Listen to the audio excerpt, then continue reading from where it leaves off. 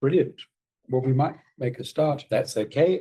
So welcome to today's ADI lunchtime seminar.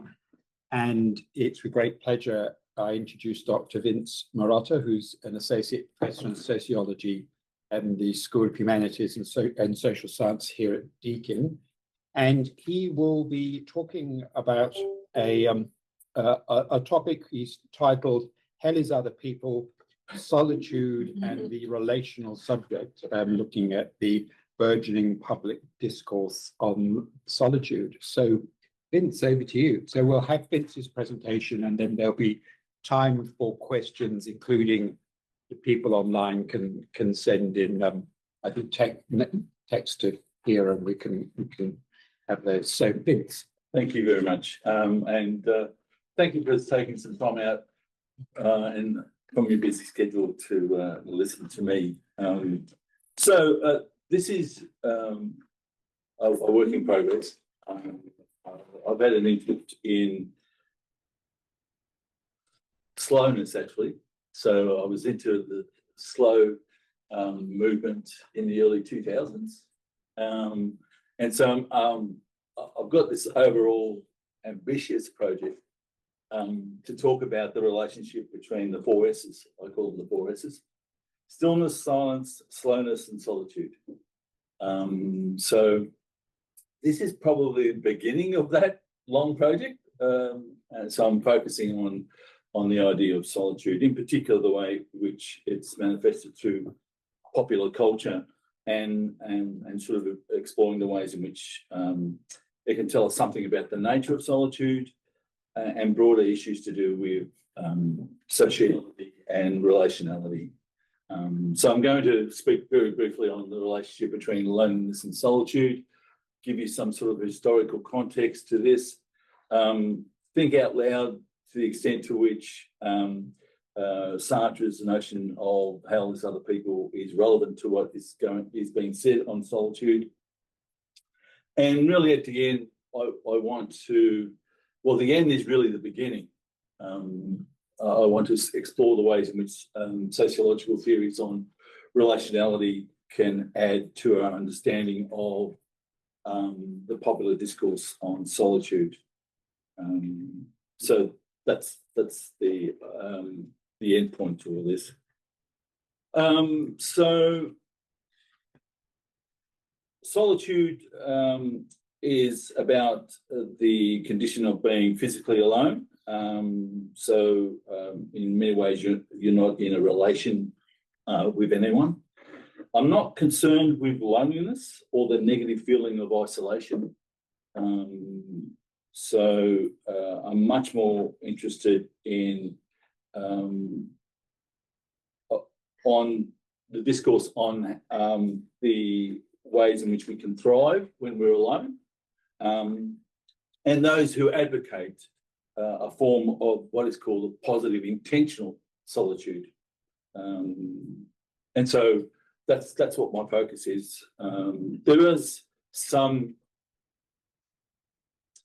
discussions around the relationship between loneliness and solitude, but yeah, it's not my focus. It's not what the literature that I'm covering in this presentation speaks about. And they do suggest that they're not speaking about loneliness, they are referring to to being in solitude. So I'm going to explore the non-academic discourse on solitude, so the text written around this topic. And this obsession or interest with solitude is not new. There's an historical precedent, and a book published by Rodriguez here talks about the ways in which the act of solitude or being alone has either been stigmatized or praised and celebrated, not only within Western societies, but also non-Western societies. So it gives a detailed account of the ways in which it is both stigmatized and has been praised. Most of this study is a sort of a top-down approach. It has very little to say about what supposedly the everyday person is thinking about solitude and talking about solitude. So it's not always filtered into popular culture. So that's my focus. What are people saying about solitude, in particular non-academic thinkers? And just recently, last month, in June, sorry, a journalist from BBC, Solitude, had an article called "Humans Need Solitude: How Being Alone Can Make You Happier," and she states that thoughtful and positive outlooks on solitude have been taking up more and more space on our screens, bookshelves, and smartphones, from podcasts to viral TikToks. Seemingly, she concludes that there's never been a better time to be alone. So I want to look at this ambivalence towards solitude. In particular, there are two sort of recent experiences that speak to this ambivalence. One is, I was walking my dog not long ago. As you do when you walk your dog, you listen to Spotify, and I had this sort of random pop songs on Spotify, and the Savage Garden song came up called "Affirmation." I'm not sure if anybody has heard this song, but it's it's about it's supposed to be uplifting and inspiring to listeners, and it allows you to adopt a positive attitude. And so two lines in particular stood out for me because I was thinking about solitude. That two lines stood out for me. It says, "I believe we place our happiness in other people's hands, and I believe I'm loved when I'm completely by myself alone." So here we have this sort of idea that solitude allows us to find real love and happiness. Now, on the other side, a much more unflattering sort of attitude towards solitude came with an email that we got from the faculty regarding the faculty workshop on research and also our WAMs. What's implied in the faculty workshop email was that it suggested that going solo and being a solitary academic is a thing of the past. It's almost outdated, right? We are told that due to changes to ROC funding, we now must start thinking of transitioning from individually focused research projects towards team-based research. And the email asks a question. It says, well, how do we build effective, intellectually rich, ethical research teams, including disciplines that may historically have prioritized solo research and authorship? And then in our WAMs, it's now you can attract as many points than you did when you were doing solo publications. So if you're doing co-authored books, chapters and articles, they now attract as many points as sole authorship. So to work on your own, to go solo, is not only not good for your career, but the implication is that it may discourage sort of creativity and innovation. And the texts that I'm looking at in this presentation support the Savage Garden view, right? They're the ones that say, no, solitude has some benefits, and we need to acknowledge what these benefits are. So the popular discourse on solitude presented here views other people as the problem, not the solution to creativity, innovation, and freedom. So I'm looking at, here. I'm not going to spend too much time here. Really, what I'm referring to here is that Sartre, in his play written in 1944, allowed the character to speak about the relationship between self-representation and self-knowledge, and the ways it's intrinsically connected to other representations. In other words, the gaze of the other. And the character says it simply brings out the capital importance of all other people for each one of us. Now, the texts under review find this view problematic. How much importance should we give to other people? In many respects, they argue that we should not use others in particular, the other's conformist view to judge ourselves. So it's very much against this view that self-representation or self-knowledge or self-identity relies on the other for its reinforcement or construction. So these are the books that I've looked at. Span about 20 years. From 2003 to 2023, and this is just a small sample. There's so much being written on this idea of solitude. Not only on solitude, but you'll find plenty of books on stillness, on slowness, on silence. So why these books? Well, they obviously tap into a discourse on solitude in popular culture. They're written for lay people rather than academic audience, so they sort of fit in within the sort of self-help pop psychology genre.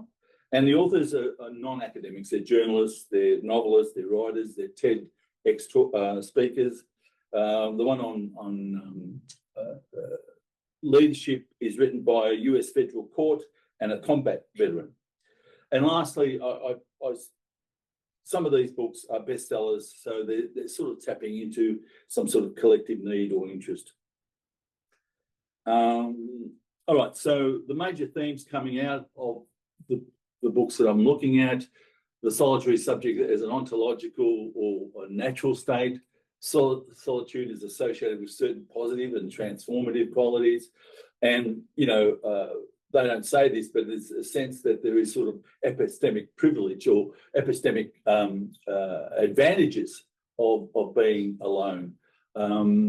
They also have a problem with the ways in which the solitary self is demonized, dehumanized and criminalized in what they call a modern mass society. So the impact of the crowd, they talk about the crowd, they talk about the mob on the loner. And then finally, and this is where it leads to some discussion around relationality. What I find in this literature is sort of a paradoxical attitude towards solitude, but also relationality and the connection between those two. All right, so one of the key arguments here is that, even though the texts are non-academic and cater for a non-academic audience, they do draw on academic studies on evolutionary theory, behavioral science, and neuroscience. And they do that in order to support the idea that being a loner or being in solitude is actually part of the human condition. This is what they're arguing, that the solitary self is in some way being overwhelmed by those who emphasize that humans are social animals. And so they're saying, well, no, in actual fact, if we look back in history, we can see that a lot of evidence of people being in solitude or being alone, and I think it's what's her name, Maitland, who says that solitude is simply a normal part of how it is to be, right? And so they're drawing on this evolutionary theory, neuroscience, and so forth to support the idea that, in actual fact, we may not be social beings after all. Right? So there is a suggestion that this unique essentialist view of the solitary self differs from the social subject, because what we find in solitude is our authentic self, our own individuality. So we find that within rather than from external confirmation from others. So this is why in many cases hell is other people. Solitude is to be individuality, authenticity is to be found within oneself, not as a consequence of people reinforcing or confirming that. So we need to maintain boundaries between this notion of the self and other, so that the qualities of the solitary subject will now not only be protected, but thrive. So what are these qualities? There's a lot of them. There's a lot of qualities here. And one of the things that I wanted to just highlight, it was never certain whether these qualities emerge by being involved in solitary practices or whether they define the very essence of solitude. If it is the latter, then we don't need to encourage these qualities. They're always there. They're easily tapped into. So, yeah, it wasn't clear to me whether it was something that can be encouraged or is something already there. So, as I said, there's plenty of qualities that emerge from solitude: responsibility, autonomy, self-determination, self-discovery, individuality, and the list goes on. Calmness, self-love, self-awareness, resilience. You become more intuitive. You experience a richer interior life. And one of the authors talks about loner values. These are sort of values that are promoted by being in solitude. So, as I said already, it gives you access to this authentic self, and I'll put a question mark there because it's never quite clear what they mean by authenticity, what they mean by the authentic self, and it is understood in sort of essentialist terms. So they advocate,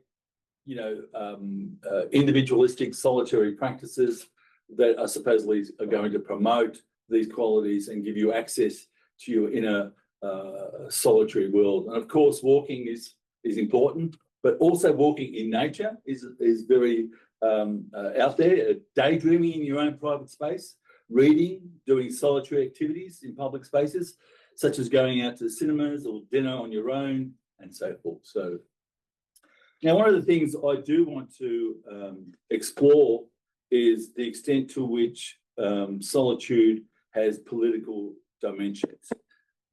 So the literature does suggest that solitude is a political act, and Harris in particular gives some various examples on the ways in which I think he talks about a gay man who walked around in London streets in an effeminate manner, wearing makeup and jewelry and so forth, and protesting against homophobia and dominant masculinity. Basically, Harris and others are saying that solitude is a political act. It is subversive. It is anti-authoritarian or anti-authority and anti-establishment. They give other examples of the ways travellers who have spent years or months on their own come to realise the ways in which society's norms and values are conformist and deny the individual or individualistic dimension of inner selves. So very much an anti-collectivist perspective. Marco talks about consciousness raising. It's sort of revolutionary.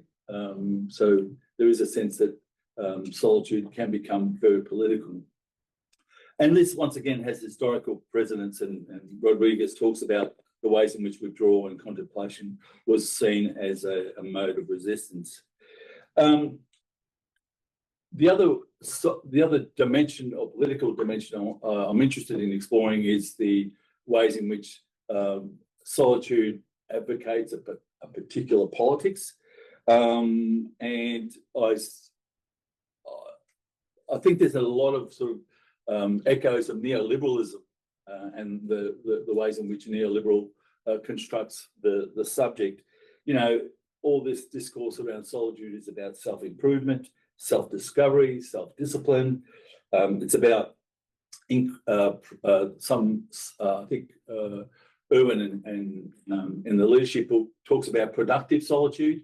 So the ways in which solitude can increase one's economic productivity. They talk about an enterprising person. And individual choices. So it just fits in with the sort of ideology of individualism that can be connected to neoliberal thought.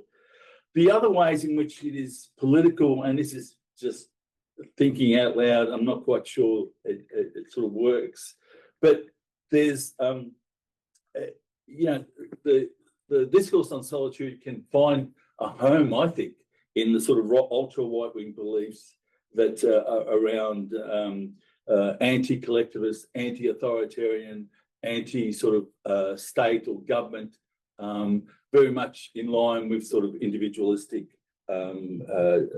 paradigm of discourse. Anyway, it's something that I've been thinking about. I'm not quite sure I will go down that line. Of course, solitude also can have a sort of feminist sort of dimension to it. The ways in which, you know, the idea of having a room of one's own, the ways in which that women can be seen as independent thinkers rather than sort of naturally sort of caring for others and being connected to others all the time. Anyway, there's something to be said about that. And of course, this discourse about solitude and the benefits of solitude and access to, of alone time is really, for me at least, is sort of much more aligned to sort of middle class, white sort of ideas. Anyway, well, these are some of the things I've been thinking about. So let me really go quickly through the last few slides here. Solitude is seen as unnatural. Therefore, what we see, according to the authors, is sort of the demonisation and dehumanising aspect. Rufus talks about loners on film in America, and particularly in Hollywood. They've shifted from seeing as heroes to now as misfits. There's a lot of discussion in the literature on the ways in which loner practices are now seen as dangerous, mysterious, shameful, and even freaky. And they also talk about sort of the medicalisation of the loner, the crazy loner, and there's in particular how the media talks about perpetrators of mass shootings as those who are living alone and in solitude and so forth. Gavrini and Maitland talk about selfish, cold, egocentric, and weird. These are all sort of negative, pejorative connotations placed upon those who want to live in solitude, and in particular the ways in which solitude is seen as part of being an introvert and therefore not encouraging connection with others. The fear of the crowd, a mass society, multiple reference to the negative role of the crowd. They're really concerned about the conformist gaze of the other. That's the problem. And the social and solitary self are mutually exclusive here. The former imposes itself on the latter through the pressure of the crowd or the mob. So there are many references in the literature on this idea of the crowd, the mob, and its conformist tendencies. And it mainly represents a de-individualisation process. That's my wording, not theirs. So it undermines individuality, undermines freedom, undermines authenticity, and so forth and so on. And it leads to groupthink.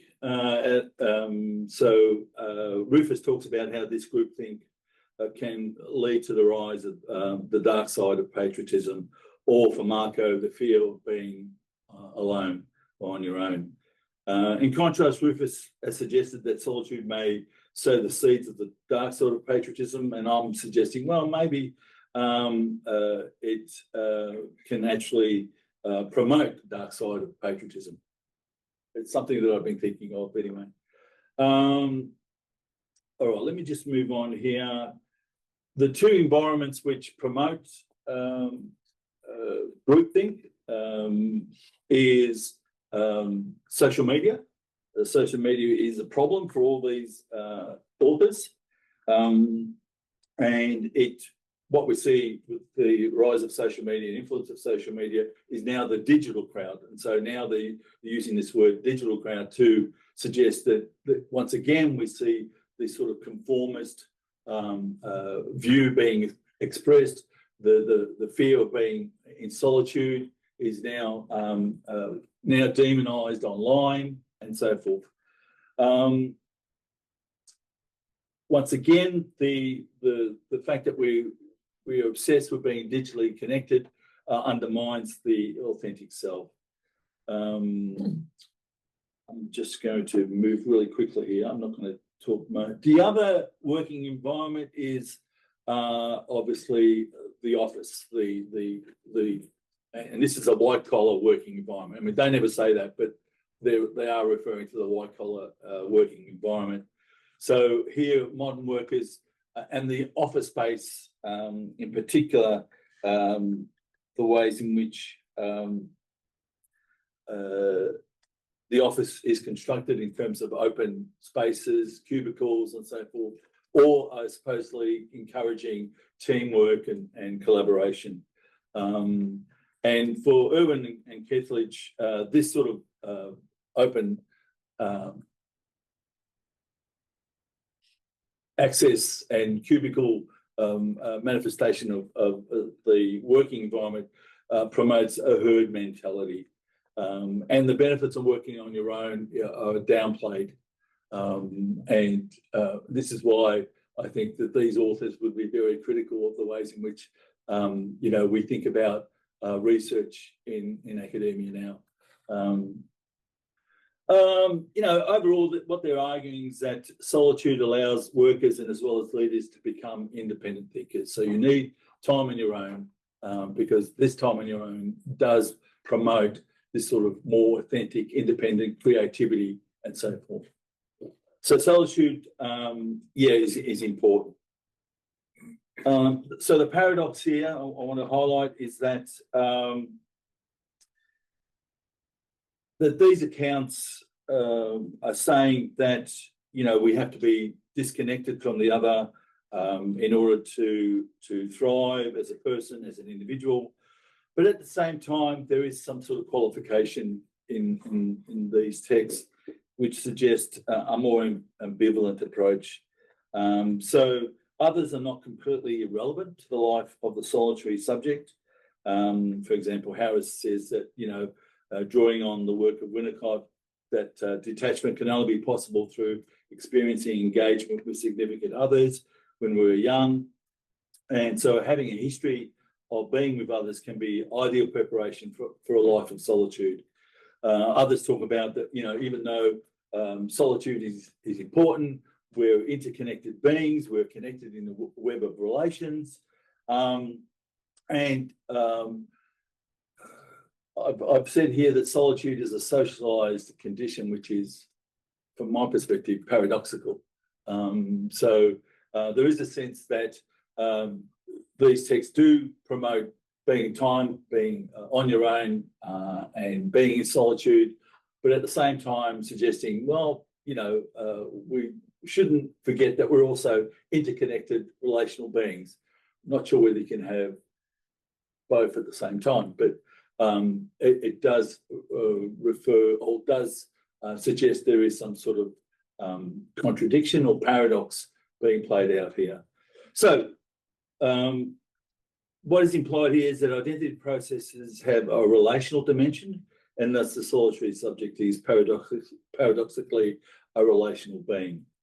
Now, Hal may not be other people after all. So the last reference I'm referring to is Finkel here in a work called The Stranger in the Woods. So this was an account of a person called Christopher Knight who spent 27 years in the forest in Maine, in USA, on his own. I'm not sure whether anybody has heard about this. And what Finkel attempts to do, and he interviewed Knight, and what he attempts to do is to place Knight's experience within the sort of broader historical narrative on solitude, which suggests that solitude encourages greater insights to the world. Now, Knight is reluctant to accept that to a certain extent, he does say that while solitude has sort of given me some sort of benefits, it sort of come at a cost, and this was really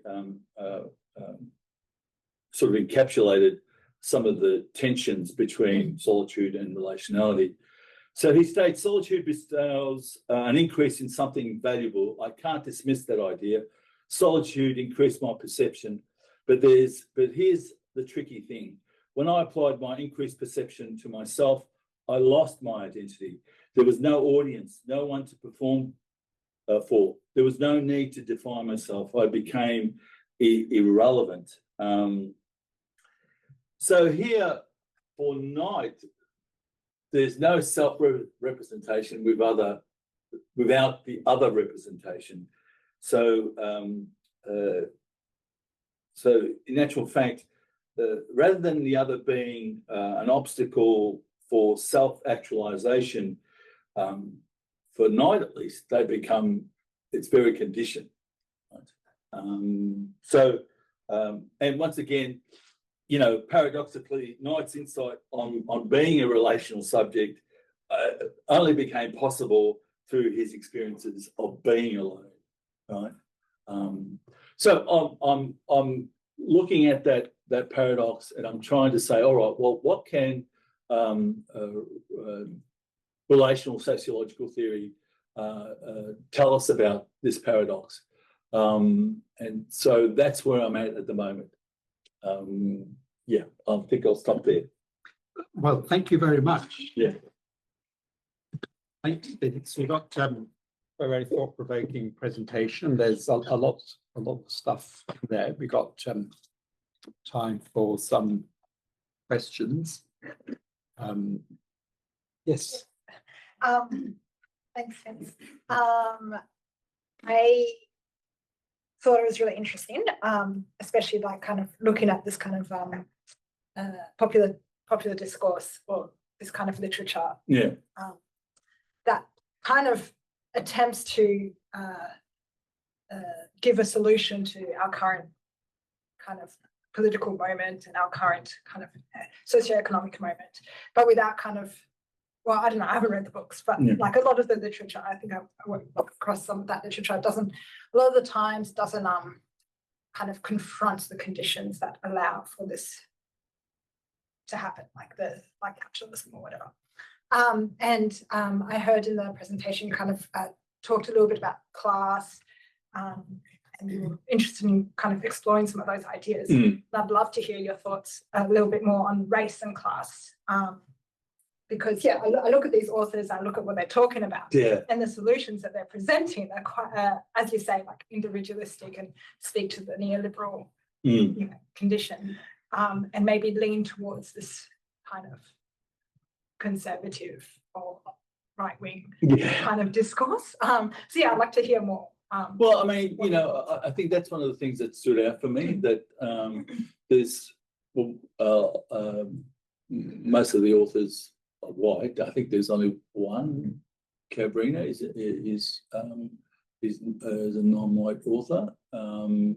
But yeah, and it does speak to a particular sort of middle class concern. Yeah. You know, so yeah, I do think there's something to be said about that. You know, the ways in which maybe class, race, and gender play out in this discourse on solitude, or what is left out, in this discourse on solitude, because it does assume some level of economic privilege. I think the fact that we can do things on our own, and we've got the resource to do, and we've got the privilege to spend time on our own, and not think the about resource. Like I might have like a home on the bay. That's right. Yes. And you've got a space in your home to be on your own. You know. I think that's important.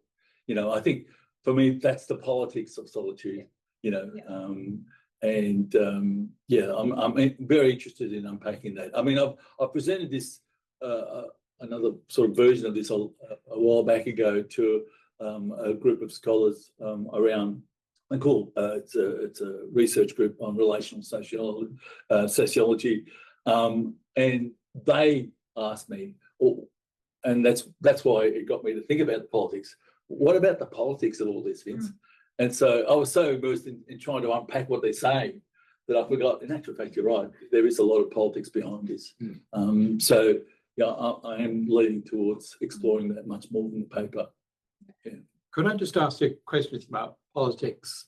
There's been a lot of research in both terrorism and studies of violent extremism, whereas 25 years ago, the focus was on groups, whether it was Al Qaeda or the IRA or the Red Brigade. The focus in more recent years has been on what are called lone actors, sometimes almost romantically called lone wolves. And we have, and they arise in a whole lot of circumstances, whether whether it's Christchurch or whether it's events that taking place in Nice or something.